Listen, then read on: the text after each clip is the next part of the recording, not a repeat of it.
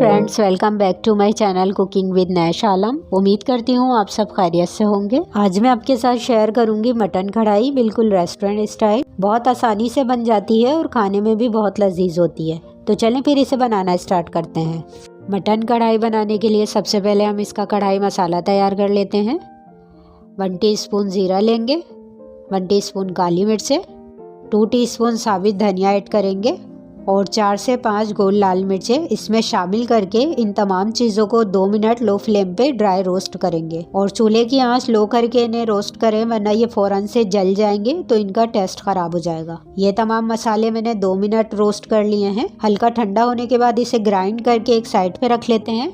और यहाँ मैंने गैस पे कढ़ाई रख ली है। इसमें आधा कप कुकिंग ऑयल डालेंगे और ये मैंने आधा किलो मटन लिया है। इसे अच्छी तरह से वॉश कर लें, इसे भी इसमें शामिल करेंगे। थोड़ा सा चला लें, फिर इसमें 1 टेबल स्पून अदरक लहसुन का पेस्ट ऐड करें और 1 टीस्पून नमक ऐड करके 4 से 5 मिनट अदरक लहसुन के साथ भून लेंगे, ताकि इसकी जो भी स्मेल वगैरह है वो दूर हो सके। और 4 से 5 मिनट मैंने गोश्त को अच्छी तरह से भून लिया है।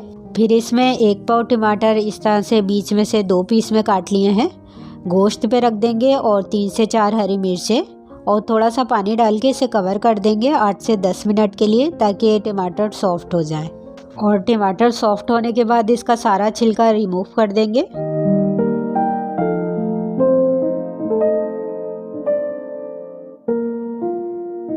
मैंने सारे छिलके रिमूव कर दिए हैं और अब टमाटर को चम्मच से मैश करके इसमें भून लेंगे।